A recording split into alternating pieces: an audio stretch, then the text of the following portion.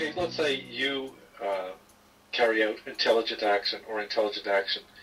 When I find out about it, that you've done it, you find out. In other words, we both find out at the same time. That's the sort of thing I'm talking about. Yes, that's where actual communing can begin to take place, Timothy.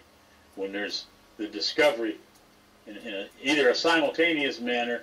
It doesn't necessarily have to be a simultaneous manner, but normally it is. Okay, so you have in the past described this as being surprised, have you not? Described what as being surprised? The discovery of it? When you're okay, let me switch over to your word then that you're using right now. The discovery of it means seeing what you have just done, so to speak. Oh, yes. Or hearing what it is that I spoke. In other words, you're hearing what I'm speaking at the same time I'm hearing. It's new to both of us. Is that what you're saying? Yes. Now, in the case of intelligent action or intelligent inaction, will it always be that way, such that you have the discovery after the fact, so to speak? It's the opposite of, yes, is the answer. It is the opposite of the mirror image manner in which we live, Timothy. It means to say there is action, then there's the noticing of the action, the result perhaps. Either it worked or it did not work. The thought enters after the action. In the way we live our life now, the thought enters before the action. So our actions come from our memory. Our actions come from that which we have already acted, if you will. In other words, they are reactions. We don't have any action people left. All of the Petes have died. All we have are repeats.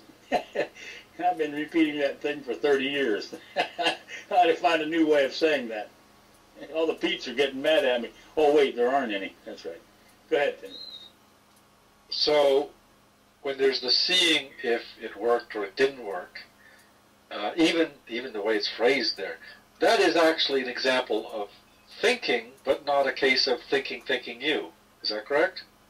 Yes. For instance, I'm seeing if I can speak in such a way that Timothy Campbell, first, because it's you and I having conversation, catches what I'm saying, and I catch what you're saying. There's no degradation on either side of it.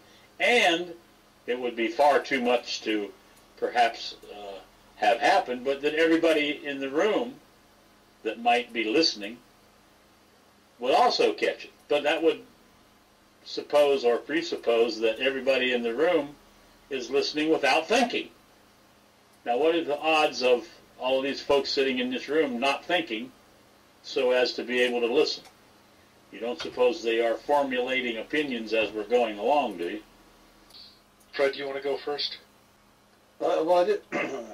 It wasn't I was wanting to butt in or anything, but the question Timothy was alluding to, as I saw it, was, is intelligence in action, or insightfulness, as I would see, always recognised by the fact that having not been here before, it's a surprise, not only to the speaker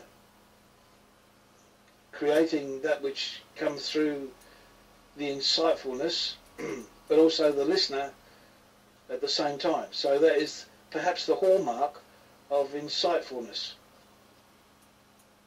Yes, it is. When the speaker hears what is being spoken at the same time as the listener hears what is being spoken, then there's true communing there. That's what I call communing rather than communication or conversation. Because there's two people discovering the thing at the same time, which is what Timothy and I were talking about. The final action in all of that is a non-action as well, Timothy and Fred, in the room, obviously. Because the final action is the observation as to whether it worked or it did not work in a specific way. So you have the action, or you have the words, and then you notice that it either worked or it didn't work, and then there's another non-action, because there's no adjustment. There's only the observation as to whether it worked or it didn't work.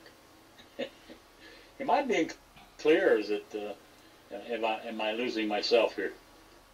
Okay, well then there's the observation if it worked or it didn't work, and then I gather, ideally, there's going to be an empty space before the next intelligent action or inaction takes place. Is that correct? Yes, Timothy, as opposed to the action called, well, that worked, I'll do that again, or that didn't work, I'll try something different. There's only, well, that worked or that did not work. And then nothing, just an empty space of nothing. Because the adjustment cannot come from thought. This is where we're really getting to the core of it, if you will, if there's a core. If your adjustment comes from thought, all right, let's say you notice that the action did not work, so you adjust your action the next time, then that's an action of thought repeating itself, because it's seeing if it can fix itself. Rather than having an open space there, as you suggest, Timothy, so that there's no action. So in that case, no action is far superior to the action of fixing itself, because the action that fixes itself is the same action that already failed. Okay, thank you.